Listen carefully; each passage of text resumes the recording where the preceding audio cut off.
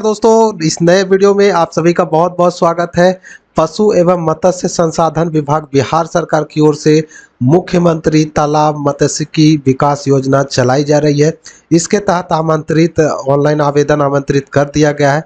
तो इसके तहत आप ऑनलाइन कर सकते हैं। यहाँ पे आप देख पा रहे होंगे नोटिफिकेशन में कि अगर आप इस योजना का लाभ लेना चाहते हैं तो आपको कितना लाभ मिलने वाला है। ये देखिए, तालाब मत्स्यिकी हेतु उन्नत इनपुट हेक्टेयर के हिसाब से दिखाया गया है। फीड और उर्वरक दवा आदि का खर्च जो है 4 लाख रुपए है। लेकिन इसमें जो है सरकार आपको अन्य वर्ग के यानी जो जनरल ईडब्ल्यूएस और ओबीसी से रिलेटेड है उन लोगों को 50% दिया जाएगा अनुदान के रूप में। और अति पिछड़ी जो ईबीसी कैटेगरी से हैं या फिर एससी एसटी हैं उन लोगों को 70% तक अनुदान मिलने वाला है।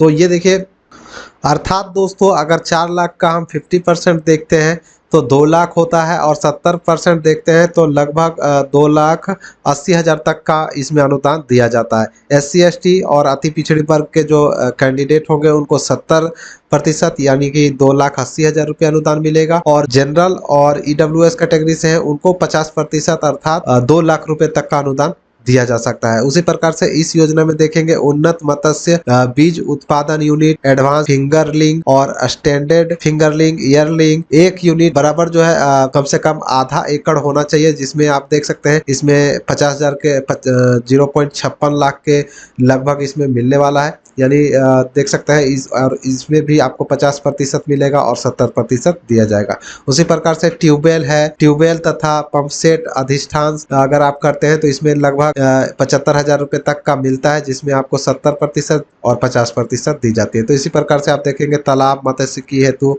यांत्रिक एरेटर्स अगर आप लेते हैं तो इसके लिए भी आपको पैसा दिया जाता है लगभग 50,000। और यहाँ पे आप देखेंगे कि मत्स्य बीज हैचरी का जीर्णोद्धार एवं उन्नयन के लिए 5 लाख रुपए तक का इकाई लागत है, जिसमें आपको 70% और 50% अनुदान के रूप में दी जाती है। लेकिन यहाँ पे आगे देखते हैं इस योजना की ज़रूरत क्या है।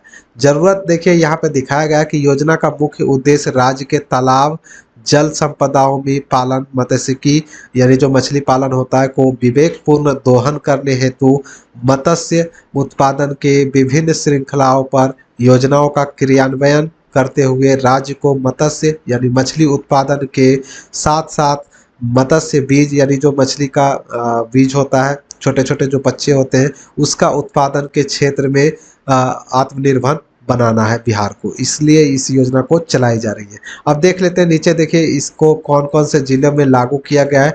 तो योजना का जो दिखाया गया है कि योजना का क्रियान्वयन राज्य के सभी जिलों में किया जाएगा। आपको इस योजना का लाभ लेने के लिए क्या करना है, कौन कौन से डॉक्यूमेंट लगेंगे, तो यहाँ पे आप देख सकते हैं आधार कार्ड, राशन कार्ड और मतदाता पहचान पत्र। ठीक है, इसके साथ साथ जमीन का नक्शा का अभिप्रमाणित प्रति सेल्फ अटेस्टेड जो है प्रमाणित प्रति लगेगा। आपको अटेस्टेड कॉपी देना होगा। और अगर आप अति पिछड़ी जाति, अनुसूचित जाति या अनुसूचित जनजाति से बिलोंग करते हैं तो आपको जाति प्रमाण पत्र भी लगाना होगा। और इसके साथ साथ बैंक खाता, आईएफएससी कोड सहित उन्नत इनपुट जो आपका मत्स्य बीज उत्पादन यांत्रिक एरेटर योजना अंतर्गत लाभुकों को निजी या लीज पर जो पट्टा का जमीन तालाब लिया गया है या निजी तालाब है तो उसका जो है रसीद वगैरह आपसे मांगा जाएगा। जिसमें देखिए यहाँ पे बताया गया है कि तालाब के निजी स्वामित्व हेतु भू स्वामित्व प्रमाण पत्र, और अगर आप लीज पट्टा पे काम करते हैं तो उसका इकरारनामा वगैरह जो आपका होता है एग्रीमेंट, वो आपको देना होगा। या फिर देख सकते हैं अद्यतन मालगुजारी जो रसीद होती है, रसीद कटती है राजस्व विभाग की, वो रसीद आपको, जमीन का रसीद आपको देना होगा। ठीक है, वो भी करंट होना चाहिए, न्यूनतम 11 माह का। ठीक है, तो यहाँ पे दिखाया गया है। और इसके अलावा आप ऑनलाइन कब कर सकते हैं, तो देखिए ऑनलाइन शुरू हो चुकी है। ये डेट देख सकते हैं दिखाया गया है कि ऑनलाइन प्राप्त किए जाएंगे। आवेदन की अंतिम तिथि जो दिखाया गया है वो दिखाया गया है 15 नवंबर 2022 तक। आप इस वेबसाइट पे fisheries.bihar.gov.in पर ऑनलाइन कर सकते हैं। इस वेबसाइट का लिंक मैं आपको वीडियो के डिस्क्रिप्शन में दे दूंगा। देख सकते हैं ये यही वेबसाइट है, यहाँ से आपको ऑनलाइन होगा। तो अभी फिलहाल अगर हम देखें तो यहाँ पे देखिए वित्तीय वर्ष 22-23 की योजनाओं के लिए आवेदन आमंत्रित किए जा रहे हैं। आवेदन के लिए यहाँ क्लिक करें। तो इस अगर हम इस पे क्लिक करते भी हैं तो देखिए अभी फ़िलहाल जो योजना मैं आपको बता रहा हूँ, अभी यहाँ ये योजना इस योजना को अभी नहीं डाला गया है, तो हो सकता है 2-4 दिन में डाला जाए। तो अगर आप ऑनलाइन करना चाहते हैं तो यहाँ से आप लोग बिल्कुल आसानी से कर सकते हैं। देखिए यहाँ पे प्रधानमंत्री मत्स्य संपदा योजना है, भ्रमण दर्शन योजना है, निजी तालाबों का जीर्णोद्धार की योजना है, समग्र अलंकारी मत्स्यिकी योजना है, निजी तालाबों का जीर्णोद्धार योजना है। तो बहुत सारी योजना है जिसमें भी आप चाहे ऑनलाइन कर सकते हैं 2022-23 के लिए।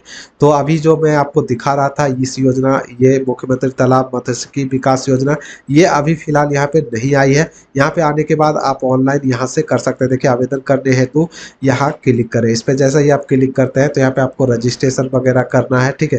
देखिए नया पंजीकरण के लिए आपको यहाँ पे क्लिक करना है। जैसा ही आप इस पे क्लिक करते हैं तो आपको किसान रजिस्ट्रेशन संख्या वगैरह आपसे मांगे जाती है। देखिए आवेदक की श्रेणी मांगा जा रहा है, जो भी आपका आवेदक का श्रेणी है, मछुआरा है, मत्स्य किसान है या मत्स्य श्रमिक एवं मत्स्य विक्रेता, जो भी आप है उसे सेलेक्ट करेंगे, ठीक है। उसके बाद वर्ग आप अपना सेलेक्ट कर लेंगे, SC ST अत्यंत पिछड़ा या आने वर्ग, तो जो भी आप उसे है सेलेक्ट कर लेंगे।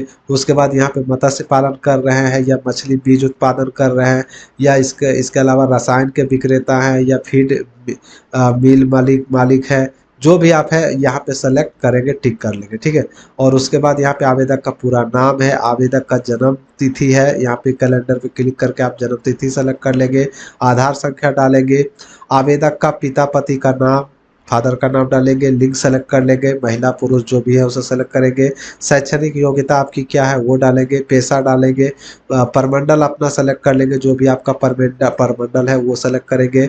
और उसके बाद आपका जिला आ जाता है, जिला जो आपका आएगा वो सेलेक्ट करेंगे। उसके बाद आपका प्रखंड आ जाएगा, प्रखंड भी आपको सेलेक्ट कर लेना है।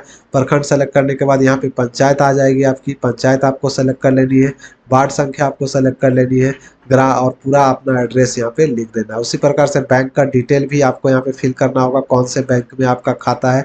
मान लिया जाए अगर आपका स्टेट बैंक में है तो स्टेट बैंक सेलेक्ट करेंगे। यहाँ पे इंडिया पोस्ट पेमेंट डाकघर में है तो डाकघर वाला भी सेलेक्ट कर सकते हैं। और यहाँ पे ब्रांच का नाम, IFSC कोड, खाता संख्या, मोबाइल नंबर, OTP भेजकर आप पहले इसे वेरीफाई कर लेंगे। और यहाँ पे IFSC कोड वगैरह डाल के आपको सबमिट का ऑप्शन, यहाँ पे जैसे ही आप OTP वेरीफाई करेंगे तो आपको सबमिट का भी ऑप्शन मिल जाएगा और आपका रजिस्ट्रेशन हो जाएगा।